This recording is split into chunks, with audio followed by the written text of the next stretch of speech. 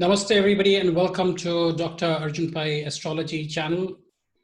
And I'm doing this very special video for a specific transit alert that is on the 13th of September 2020, which is Sunday, which is tomorrow.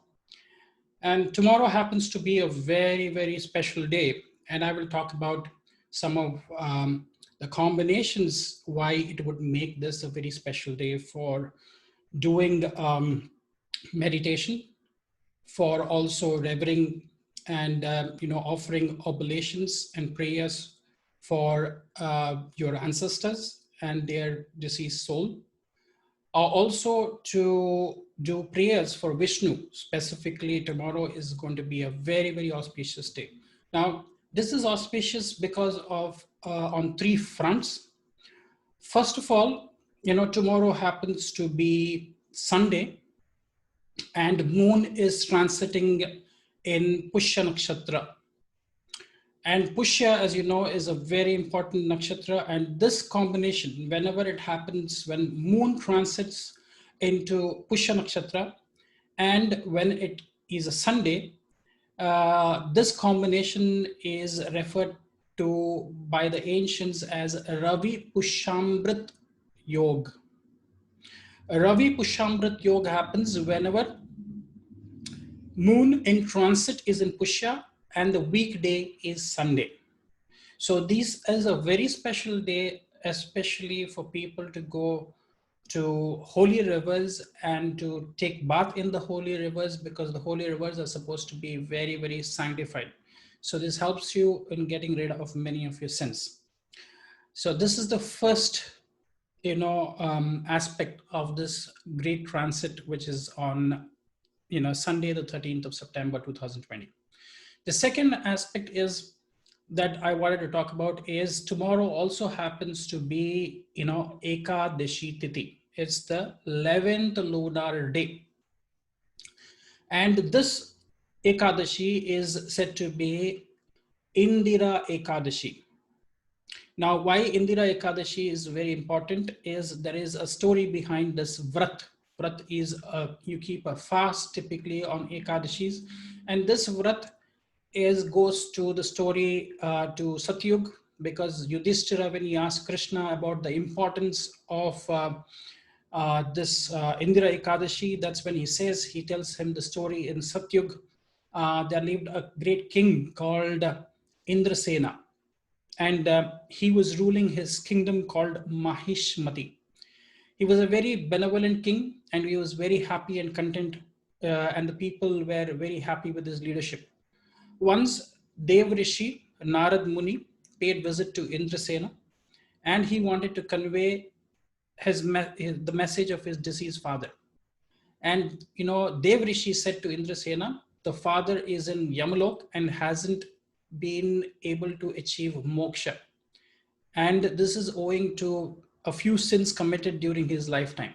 So Narad Rishi suggested King Indrasena to perform Indira Ekadashi, and he said this fast has to be observed, or this Vrat has to be observed on Ekadashi Tithi in the Ashwini lunar month, in the Krishna Paksha, in the waning phase of the moon. And they have to pray to Lord Vishnu for liberating his father, who is there stuck wanting for liberation in the Yamaloka. So Narad Muni said that if Vishnu is pleased on this day, your father will be revealed, or your father will get moksha. So that's why special prayers are done on Indira Ekadashi. The fast is usually kept on the whole day of Ekadashi, and on Dwadashi, the morning of Dwadashi after sunrise, the fast is usually broken. So this is a very important day, because this is a great day for even praying to Lord Vishnu. You can do Vishnu Sahasranaman, the 1008 names of Vishnu can be recited. Also, you can do chant mantras, for Vishnu. So on this day, if you can keep a fast for the deceased souls and the ancestral spirits, then it is said that they will definitely get liberation. So that is the second, context in which I'm doing this video. The third context is a very fine astronomical phenomenon that we are going to observe tomorrow. And this phenomenon only comes once in a few centuries, maybe 400, 500 years is when this event happens. Now, if you observe tomorrow, when moon is going to move into Cancer in Pushya Nakshatra, you will observe that the king of the solar system, who is the sun is in Uttara Falguni Nakshatra. It is at 27 degrees in Uttara Falguni Nakshatra, first pada. And this pada is said to be a Pushkara Navamsa pada. The king is in Leo and is in own sign. So this is the first thing. The second thing you see is moon also is in its own sign in Cancer.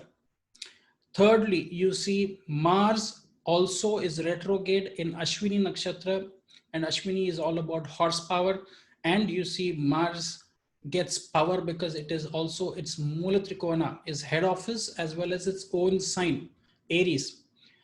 Fourthly, you see Mercury in its own sign in Virgo, and it is very close to its exaltation point. It's about 18 degrees. Exaltation point is 15 degrees. So deep exaltation, and it's in its Moolatrikona again. So Mercury again is very favorably placed. Thirdly, you see Jupiter is in Purvashada Nakshatra in the third pada. And third pada of Purvashada is said to be a Pushkara Navamsa pada. Very important placement for Jupiter. Jupiter again in his Moolatrikona, not exactly in the degrees of his Moolatrikona, but Moolatrikona sign and its own sign as well. Then you see Saturn is in Uttarashada second pada. Uttarashada second pada is also Vargottama pada.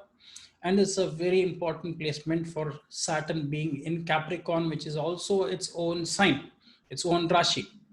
With the exception of Rahu and Ketu and Venus, Venus also is powerful, even though it is not in its own sign. It is in Cancer, and Venus, represents Jalatattva, which means water element.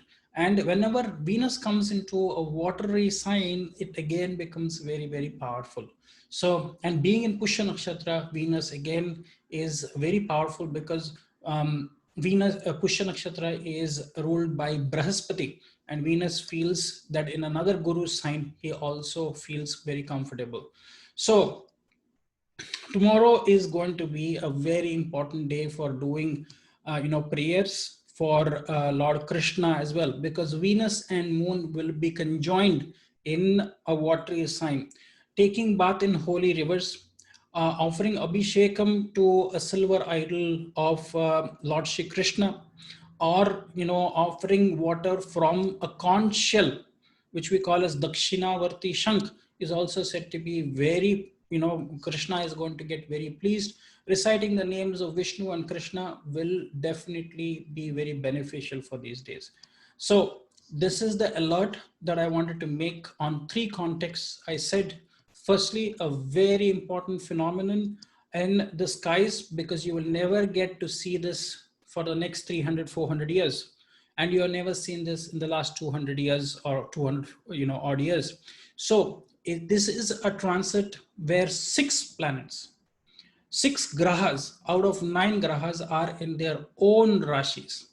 And they are very powerfully placed as well, astrologically. Secondly, it is a Indira Ekadashi. So again, it's a very holy day for, the Vaishnavites to worship, Vishnu. Thirdly, let us not forget, there can never be a good muhurtam other than Ravi Pushyamrit Yog. So with all of these 3 things happening tomorrow, which is the 13th, the Sunday, the 13th of September 2020, I really want to wish to everybody that you do a lot of prayers. It's Sunday, so you can go to your place of faith, whether it's a church, it's a Gurudwara, it's a mosque, it's a temple, or you can sit at home because of the COVID regulations and guidelines. If you have to sit at home, then sit at home and meditate on your Ishta Devata, on Vishnu, on to any faith or any God that you believe in, because it really helps you to clear a lot of your karmas and your sins. So thank you very much, and see you soon again. Namaste. Namaste.